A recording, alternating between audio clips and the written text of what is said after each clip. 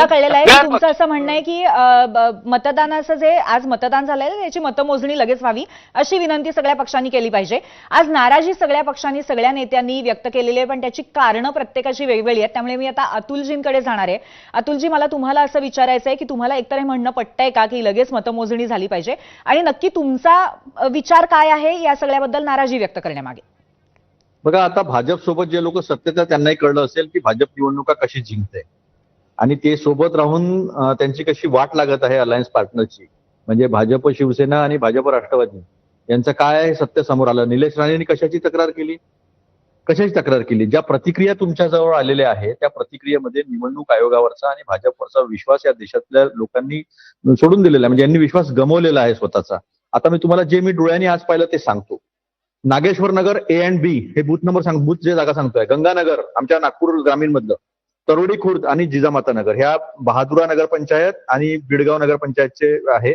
इथे बोगस मतदार आहे. आम्ही पहिलेच मार्क करून ठेवलेले होते की बाहेरचे मतदार किती, आणि मार्क करून ठेवल्यावर पकडले. ते पकडल्यानंतर सुद्धा पोलिसांनी त्यांना मतदान करू दिलं. अरे कशाला घेता निवडणुका?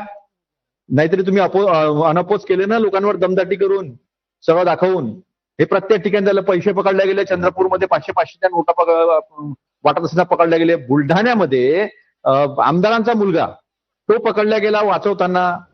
तो पळून गेला पोरगा आणि पोलीस त्याच्या मागे वॉक करत होता आणि तो धावत होता. असं तर पाहिलं नाही आम्ही. पोलिसांनी तर धावायला पाहिजे, पकडायला पाहिजे, पण अलगद निष्ठून तो गेला. म्हणजे पोलीस यंत्रणा तुम्ही हायजॅक केलेली आहे. तुम्ही निवडणूक यंत्रणा तुमच्या ताटाखालचा मांजर आहे. तुम्हाला निवडणुका ज्या आहेत त्या फक्त दाखवण्यासाठी घ्यायच्या आहे आणि निवडणूक आयोगाला सांगायचं की निवडणूक आयोगाने फार हे चूक केलेलं आहे बुवा.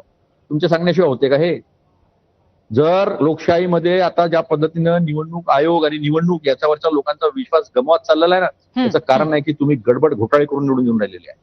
आमच्या सभांना एवढी गर्दी होते, आमच्याजवळ पैसे पण नाही भरून आणायला, आणि यांच्या सभांना गर्दी होत नाही. यांच्या लोकांना लोक प्रश्न विचारतात, जाब विचारतात, तरी निवडून हेच येतात. देशभरात चालू आहे. एवढ्या पद्धतीनं जर ऑब्जेक्शन येत असेल आणि निवडणुका जर पारदर्शक होत नसेल तर मग लोकशाही राहिली कुठे? बर, इतकी अनपोज.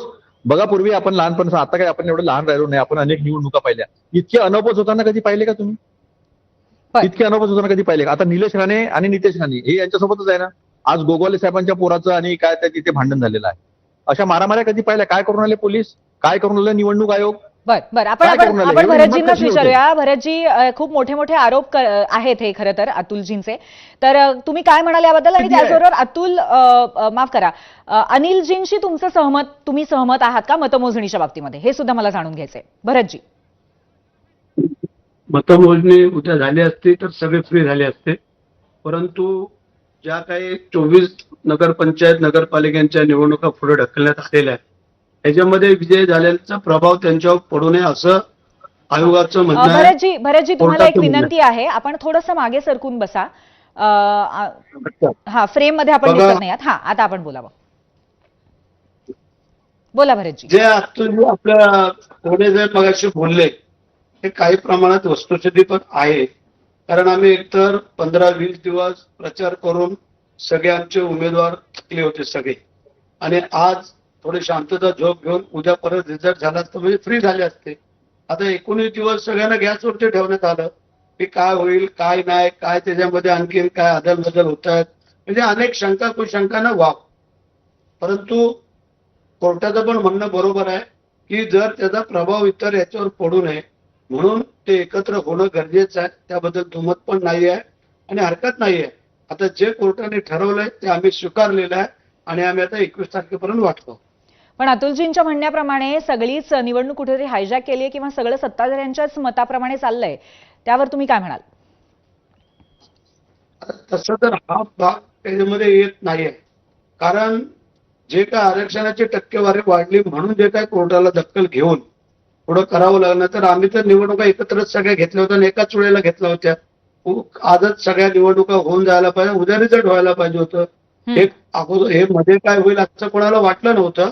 परंतु जे काय आता कोर्टाने निर्णय दिलेला आहे तर आम्हाला शिरसावत आम्ही तो मान्य करतो. बरं, सचिनजी, तुम्ही सुद्धा या निवडणुका हायजॅक केल्याचा आज आरोप केलेला आहे, आणि तुम्हाला हे सगळं पटतंय का सत्ताधाऱ्यांचं म्हणणं?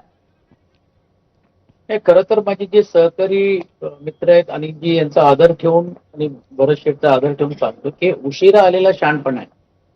ते असे बोलले की सुरुवातीलाच आपण सर्वांनी एकत्रित सर्व राजकीय पक्ष